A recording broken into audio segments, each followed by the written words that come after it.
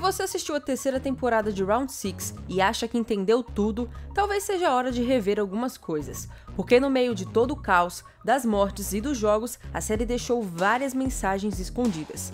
Detalhes sutis que mudam completamente a forma como a gente interpreta esse final. Nesse vídeo, eu vou te mostrar o que passou despercebido por muita gente, e o que realmente aconteceu por trás do sacrifício do Gi-han, da decisão da Noelle, da proposta do In-ho e do destino de todos os personagens. Então respira fundo e vem comigo porque essa parte você não entendeu.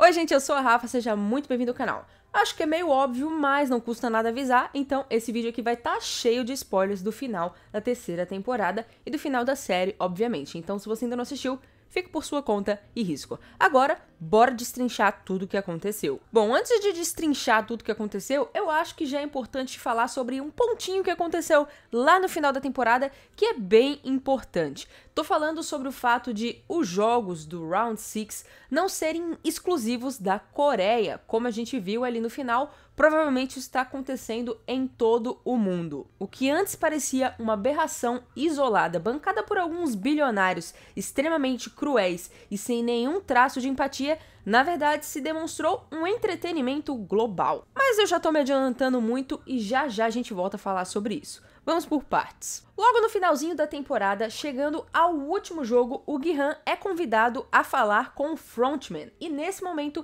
ele recebe uma proposta: matar todos os outros jogadores enquanto eles dormem. Sim, nesse momento ele poderia acabar com tudo, levar o prêmio e sair vivo com o bebê, que é o novo jogador 222. Esse momento na série é interessante porque é revelado pra gente também que essa mesma estratégia foi usada pelo In-ho, o atual Frontman, no momento em que ele estava participando dos jogos. Ele matou todos os outros participantes e assim saiu como vitorioso. Nesse momento que ele faz essa mesma proposta pro Gi-han, ele tá meio que testando o personagem, vendo se ele consegue cruzar esse limite, assim como ele fez. O que demonstra mais uma vez aí que todas aquelas teorias que diziam que provavelmente a organização e o próprio In-ho queria colocar o Gi-han como o próximo frontman tem um bom fundo de verdade. É claro que isso não foi dito com todas as palavras nessa última temporada, mas entre linhas a gente entende que era justamente isso que eles queriam fazer. Só que como a gente viu, o Gi-han escolhe não fazer isso e na verdade ele prefere continuar jogando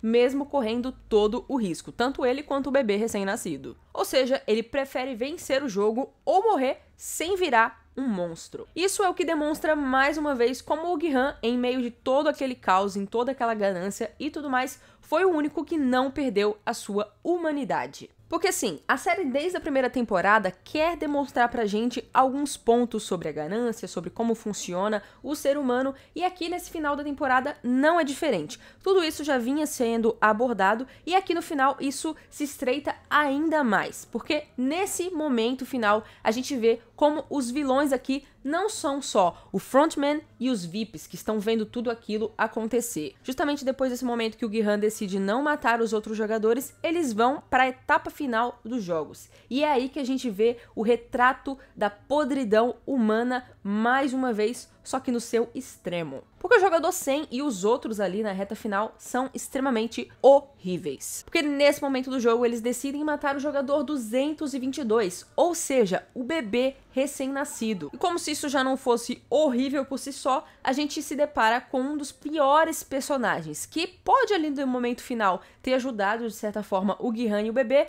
mas no momento mesmo que a corda aperta, ele decide matar o próprio filho. Estou falando sim sobre o jogador ali que era o pai da criança. É nesse momento que a gente percebe o quanto a ganância pode cavar dentro de alguém. E como o pai da criança resolve ali que quer jogar o bebê para sair como o total vencedor com todo o prêmio, ele acaba entrando em confronto com o Gi-han. E como a gente viu ali, ele acaba caindo no final, com o Gi-han até tentando salvá-lo, mesmo ele tentando matar ele e o bebê, mas ele cai lá embaixo e morre. Só que como a gente viu, a pura idiotice aconteceu ali e eles não apertaram o botão que dava início à rodada. O que eu tenho que admitir aí que fiquei bem irritada e apesar de eu entender o motivo do roteirista ter feito isso, acho que foi muito forçado. Mas esse não é o ponto do vídeo. Mas enfim, o pai da criança cai e só sobra o Gi-han e o bebê. E é aí que a gente entra num outro ponto muito importante. Nesse momento, a última rodada do jogo ainda tá rodando e ainda temos 2 jogadores, o Gi-han e o bebê. Ou seja, um precisa viver e o outro precisa morrer. E a lógica principal de todos ali, não da gente que estava assistindo, obviamente, era que o Gi-han jogasse o bebê e sobrevivesse sendo o vencedor novamente. Mas, como a gente viu, não é bem isso que acontece. Antes do momento fatídico, o Gi-han olha em direção ao local onde estão os VIPs e também olha diretamente para a câmera, meio que quebrando a 4ª parede. E então ele fala: nós não somos cavalos, nós somos humanos. E humanos são... Então, como a gente mesmo viu, ele se jogou se sacrificando pela criança. Ele escolheu morrer para cumprir a sua promessa, salvar o bebê a todo custo, mesmo que isso tirasse a sua vida. No fim, ele não quis vencer, ele quis fazer o certo. E como eu disse, aquele momento em que ele olha para a câmera era meio que deixando o recado da série pra gente, os telespectadores. Além disso, tem um ponto muito importante nesse momento aqui. Apesar de eu falar que o Gi-han não quis vencer, que realmente esse não era o objetivo dele,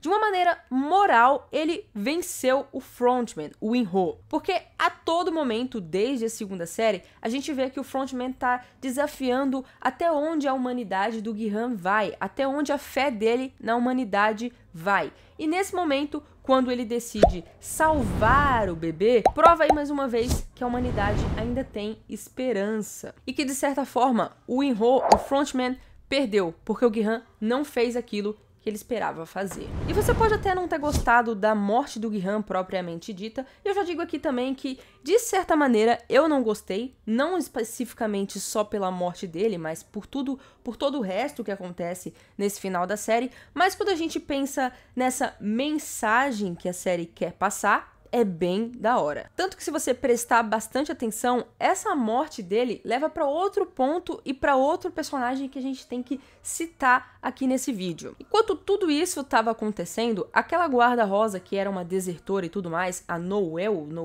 o nome dela é estranho, tá, gente? Eu vou falar a guarda-rosa que fica um pouquinho mais fácil de entender. Enfim, ela estava pronta para tirar a sua vida, estava lá no escritório do frontman, tinha colocado fogo em tudo, até no seu próprio arquivo, e ela estava prestes a não vou falar por conta aqui do vídeo, mas quando ela percebe que o Gi-han se sacrificou por um bebê, ela desiste de fazer aquele ato. Nesse momento, algo muda dentro dela. O sacrifício do Gi-han meio que acendeu uma fagulha de esperança. Uma prova de que ainda existe bondade no mundo, mesmo no pior dos cenários. Logo após isso, nós temos um momento ali na reta final que deveria ser emocionante, mas vamos ser bem sinceros que de emocionante não teve nada.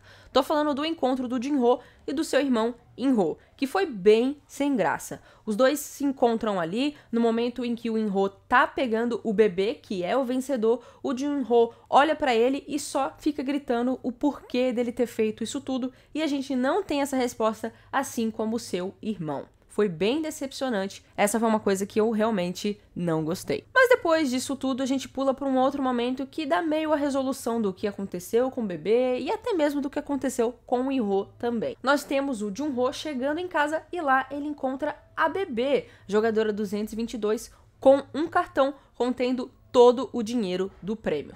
Ou seja, o In-ho, apesar de não explicar pro irmão o que aconteceu, do porquê ele entrou nesse jogo e tudo mais, ele ainda meio que se importa com o irmão e deixou ali o bebê pra ele cuidar, provavelmente porque ele acha que o irmão dele é uma pessoa digna e boa pra cuidar de uma criança e também merece todo aquele prêmio. Outra coisa que a gente vê aqui nesse finalzinho é que todo aquele dinheiro que o Gi-han tinha ganhado e que ele tava deixando lá naquele motel sumiu. E nesse primeiro momento a gente não sabe o que aconteceu com esse dinheiro e quem pegou ele, mas então a gente acaba sabendo que quem pegou o dinheiro foi o próprio In-ho e foi até os Estados Unidos para encontrar a filha do Gi-han e entregar os últimos pertences do Gi-han. Ou seja, sua roupa ensanguentada e um cartão, o nome do Gi-han, mesmo ele tendo morrido, mas enfim, detalhes, né? Com todo o dinheiro que pertencia a ele. E esse é um momento bem triste também, ou depreciante, digamos assim, porque nesse momento em que tem esse encontro do In-ho com a filha do Gi-han, ela acaba falando pra ele que não quer mais saber do pai, que tem raiva dele e tudo mais. Enfim, isso é triste, porque se a gente lembrar lá da primeira temporada, apesar do Gi-han ser uma pessoa cheia de dívidas e tudo mais, no fundo, ele entrou nessa questão do jogo e tudo mais, ele queria muito dinheiro porque ele queria dar uma vida melhor para sua filha. E ele acabou conseguindo o contrário. Ele entregou o dinheiro agora, mas ele nunca mais teve o amor da sua filha. Ele não foi realmente um bom pai para ela. Outra coisa que a gente vê nessa reta final aqui é que o jogador 246 realmente conseguiu voltar para sua filha. Parece que ela tá bem do câncer e tudo mais, e eles estão vivendo felizes. Enquanto isso, a Noel, a soldada rosa, vamos lá dizer assim, recebe um aviso de que provavelmente a sua filha foi vista viva lá na China, e a gente vê ela no aeroporto indo em direção a isso para ver se ela realmente tem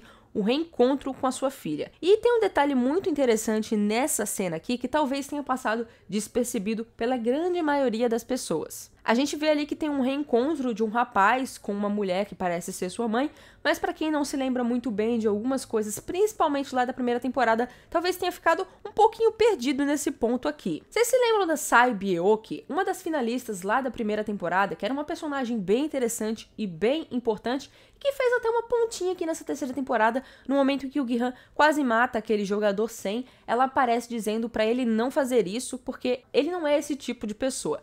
Essa era a personagem muito importante lá da primeira temporada, e a história dela é que ela resolveu participar dos jogos lá na primeira temporada, porque na verdade ela era uma desertora da Coreia do Norte, que veio com os seus pais e o seu irmão, só que no momento em que ela estava vindo para a Coreia do Sul, o seu pai foi assassinado e a sua mãe acabou sendo pega, e ela só veio com seu irmão.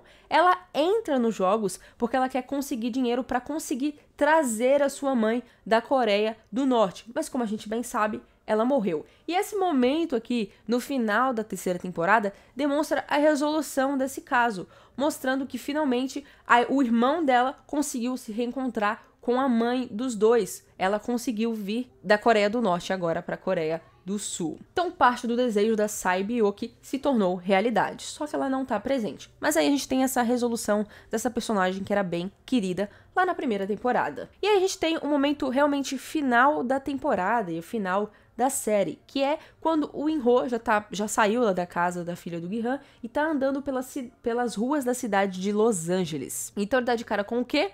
Uma recrutadora de jogos. Sim, mais uma personagem ali fazendo um jogo daquele de DAC para aliciar pessoas para os jogos. Só que agora em outro cenário, não na Coreia, mas sim ali nos Estados Unidos, mostrando que os jogos acontecem em todos os locais. O que eu achei curioso nesse final é que não ficou muito claro se o In-ho tinha noção de que os jogos não aconteciam somente lá na Coreia. Ficou meio ambíguo. Por mais que ele tenha olhado para a personagem e ela tenha olhado de volta para ele e até meio que dado uma acenada ali com a cabeça e continuado com o jogo ali com o DAC, ficou meio esquisito se ela conhecia ele ou se ela só interpretou como ele sendo uma pessoa que conhecia, que entendia o que estava acontecendo ali ou não. Ficou meio esquisito, mas o interessante é mostrar que essa personagem, essa atriz que é tão importante, estava numa participação ali tão pequena no final da série. O que pode demonstrar ali que eles estão sim pensando em fazer um novo Round 6 que aconteça